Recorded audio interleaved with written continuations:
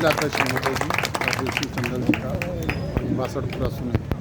काफी देर से लगभग 2.5 घंटे से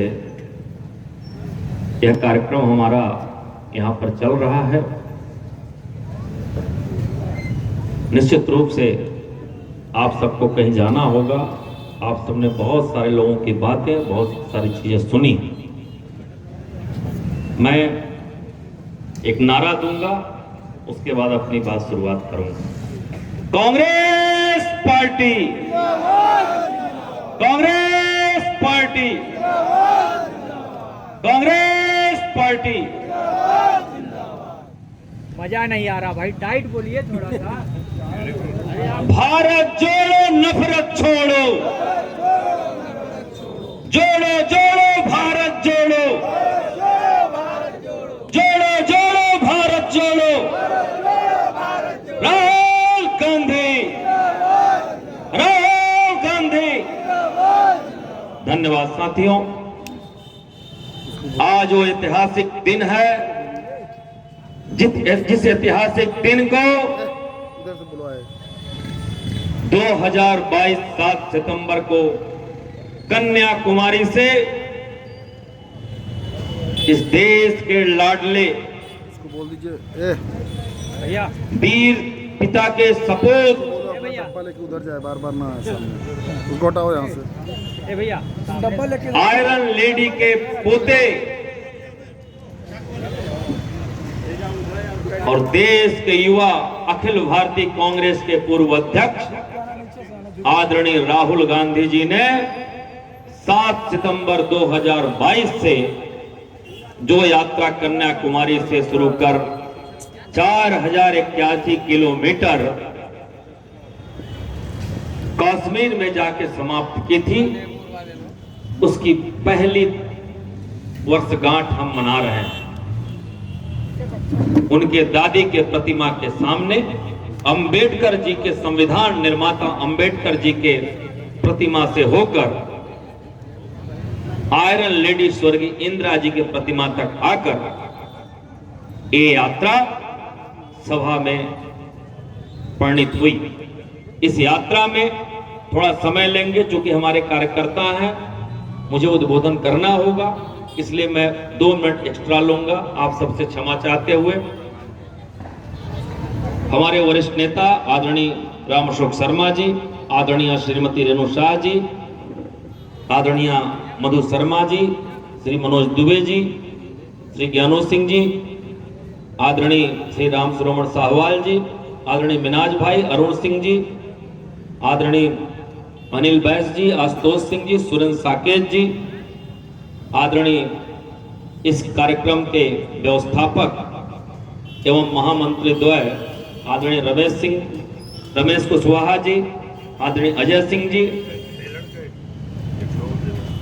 एससी के उपाध्यक्ष आदरणीय अनिल भाई, अल्पसंख्यक अध्यक्ष मकसूद भाई,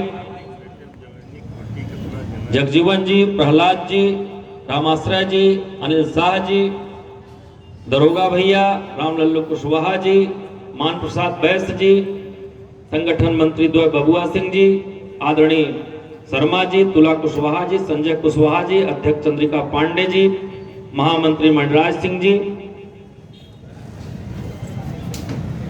जिसके वार्ड में कार्यक्रम हो रहा है आदरणीय विनीता कुशवाहा जी, मैडम वर्मा जी, सुषमा जी, विद्यासागर बैस जी, तमाम मेरे पूरे कार्यकर्ता जो दूर दूर से विद्यासागर सेवा दल, सबका मैं इस मंच के माध्यम से हार्दिक स्वागत, वंदन, अभिनंदन करता हूं। आप सबने इस यात्रा के बारे में और देश की परिस्थितियों के बारे में काफी कुछ हमारे नेताओं के द्वारा सुने। हम चाहते हैं कि अब कुछ सिंगरौली पे भी बात हो जाए, इसलिए मैं 5 से 7 मिनट में अपनी बात को खत्म करूंगा। बहुत सारे लोग विकास के वादे करते हैं, कुछ लोग तो यहां तक चैलेंज करने लगते हैं कि 70 सालों में कांग्रेस ने क्या किया। और अपने 20 वर्षों को भूल जाते हैं और अब नया पूछने लगे हैं कि 15 महीनों में कांग्रेस ने क्या किया। क्योंकि मैं आदरणीय राम श्रवण भाई कह रहे थे कि जो बपुरा है, क्योंकि ये सिंगरौलिया भाषा है बपुरा, तो बपुरा को थोड़ा मैं हिंदी में रूपांतरित करके बेचारा कह दे रहा हूं। क्योंकि जो सिंगरौली में हमारी आपकी मानसिकता है बेचारा और बेचारी चुनने की,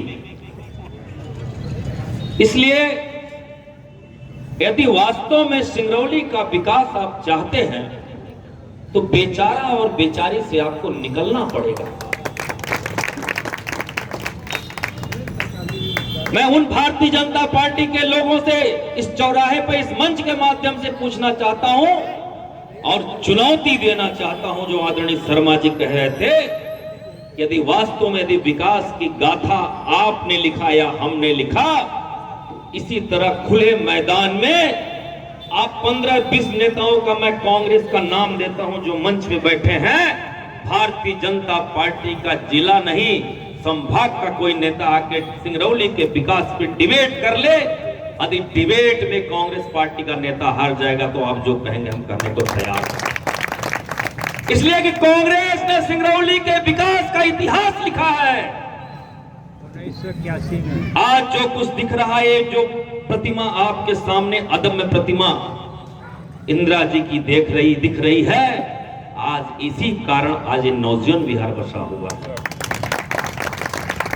इन्होंने ही विंध्यनगर सुपर थर्मल पावर, इन्होंने कुंवर अर्जुन सिंह जी की प्रयास से स्थापित हुआ कि आज हम सब लोग अच्छे से पल और बढ़ रहे हैं। लेकिन इन्होंने क्या किया? अरे उसकी बात तो छोड़ दीजिए, जब कांग्रेस का जमाना था एनसीएल, एनटीपीसी, तमाम उद्योग कंपनियां आई और लोगों को रोजगार दी, ये सबको पता है। लेकिन उसके बाद की पूरी विकास की गाथा ये अपना बताते हैं। लेकिन आपको याद होगा जब 2004 से 2014 के बीच आदरणीय सोनिया गांधी जी के यूपीए के नेतृत्व में आदरणीय मनमोहन सिंह ने कमान संभाली, तब भी शासन power, SR, Reliance, Hindalco, JP जैसे पावर प्लांट ले आके दिया, वो कांग्रेस की देन है। ये जरूर है कि जो राहुल गांधी जी ने विस्थापितों की नीतियां बनाई, उस नीतियों को मोदी जी और शिवराज ने डंप में डाल दिया और अपने प्रेमी मित्र अडानी और अंबानी को की नीतियां चालू हो गई। आज सिंगरौली में जो कुछ चल रहा है, अडानी और अंबानी की नीतियां चल रही हैं। बेचारा और बेचारी की नीतियां चल रही हैं। बेचारा का काम है कि 2 लाख लाओ, 6 महीने के लिए वो भी कंपनी में नौकरी पाओ, फिर अपने घर जाके बैठ जाओ और फिर दूसरा व्यक्ति ले आओ। सही कह रहे हैं? गलत? सही है ना? अरे भारतीय जनता पार्टी के नेताओं, मैं निश्चित रूप से कहता हूं, कुछ चीजें आपने जरूर ऐसा किया है कि जो कांग्रेस ने 70 साल में नहीं कर पाई। कांग्रेस 70 साल में किसी आदिवासी के ऊपर पेशाब कभी नहीं की। ये भारतीय जनता पार्टी के लोग ही कर सकते हैं। कांग्रेस के किसी विधायक ने कांग्रेस के किसी विधायक के लड़के ने किसी आदिवासी पर कभी गोली नहीं मारी सिंगरौली में। ये भारतीय जनता पार्टी का बेचारा ही कर सकता है। लानत हो ऐसे जनप्रतिनिधि पर जो अपना घर अंकुश नहीं रख सकता, लगा सकता। उस सिंगरौली का क्या विकास करेगा? इनकी आपसी क्या है हमें तो नहीं पता है। आप सबने देखा है कि अभी तक तो हम लोग बेचारा को झेल रहे थे, 1 साल पहले एक बेचारी भी आ गई और वो बेचारी विकास के नाम पे कुछ नहीं की। काम के नाम पे कुछ नहीं की, उसकी उपलब्धि केवल और केवल एक उपलब्धि है कि लड्डू झाड़ू से कीमत लगा के वोट खरीदी और दोबारा फिर लड्डू झाड़ू बांटना शुरू कर दी है। क्या सिंगरौली की जनता का वोट इतना सस्ता है? क्या सिंगरौली के लोगों की वोट का कीमत केवल लड्डू और झाड़ू है? ऐसे सोच के लोग यदि जनप्रतिनिधि बनेंगे तो क्या सिंगरौली का विकास होगा? अरे बेचारे विधायक, बेचारी सांसद, अब बेचारी महापौर, मैं आपसे पूछना चाहता हूं कि जो दोनों की जोड़ी चल रही है नगर निगम में 50-50 की, हमारे कमलनाथ जी कहते हैं कि 50-50 चल रहा है, यहां तो 50 से भी बढ़कर चल रहा है। और ये 50-50 वो कहता है कि वो काम नहीं करने दे रहा है, वो कहता है मैं क्या करूं, भाजपा की सरकार है। क्या आपको पता नहीं था जिस दिन महापौर बनी थी कि भाजपा की सरकार है? आपने क्यों झूठे वादे, लोगों को झूठे सपने दिखाए? आपने कहा पिंक टॉयलेट बनवाएंगे, आपने कहा बसें फ्री में चलवाएंगे, आपने कहा टैक्स माफ कर देंगे, आपने कहा बिजली फ्री कर देंगे। अरे आपने क्या किया मैडम? जो नगर निगम का कमीशन आया उसमें लड्डू और झाड़ू दोबारा जरूर बंटने लगा। अब जनता आपके बरगलाने में नहीं आने वाली मैडम। आपका और स्पीकर का जो गठबंधन चल रहा है, भाजपा और आम आदमी का जो गठबंधन चल रहा है, अब सिंगरौली की जनता नवंबर और दिसंबर में ईवीएम पर बटन दबाकर इनको ऐसा बाहर फेंकेगी कि ये भी क्या कुछ याद करेंगे। जो दुर्दशा इन्होंने सिंगरौली में आम जनता का किया है, हमारा युवा बेरोजगार घूम रहा है, हमारा विस्थापित दर दर भटक रहा है, हमारा किसान परेशान है, बिजली की बिल इतनी ज्यादा आ रही है कि लोग परेशान हैं। जब कांग्रेस की सरकार थी 100 रुपए में 100 यूनिट बिजली मिलती थी कि नहीं मिलती थी? आज बिजली 2000, 4000, 10,000, 12,000 रुपए बिल आ रहा है। लोग परेशान हैं। और तो और छोड़ दीजिए, गांव में चले जाइए 5 किलोमीटर दूर, किसानों को बिजली का ट्रांसफार्मर जल गया है, सिंचाई नहीं हो पा रही है, लेकिन उसकी सुनवाई करने वाला कोई नहीं है। ये केवल यात्रा पे यात्रा निकाल रहे हैं। एमपीवी के डी से फोन कीजिए तो बोलता है कि मुख्यमंत्री जी के कार्यक्रम में सीधी गए हैं। यहाँ के राजस्व विभाग के एसडीएम और तहसीलदार से बात कीजिए तो बोलते हैं मुख्यमंत्री जी के कार्यक्रम की तैयारी चल रही है, जन आशीर्वाद यात्रा की तैयारी चल रही है। यदि वास्तव में आप विकास चाहते हैं, सिंगरौली को आगे करना चाहते हैं, तो इनके जन आशीर्वाद को ऐसा आशीर्वाद दीजिए ये दोबारा आशीर्वाद यात्रा निकालना भूल जाए। समूचे क्षेत्र में किसान त्राही त्राही कर रहा है, महंगाई बढ़ी हुई है, भ्रष्टाचार, तहसील ऑफिस, कलेक्ट्रेट, एसडीएम कार्यालय, थाना भ्रष्टाचार का अड्डा बना हुआ है।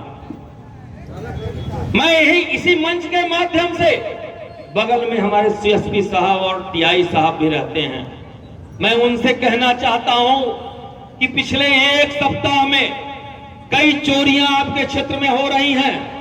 बगल में कबाड़ की दुकान खुली हुई है, लोगों के गेट ग्रिल काट के लोग ले जा रहे हैं, गरीब जाता है उनकी आप सुनवाई नहीं करते हैं।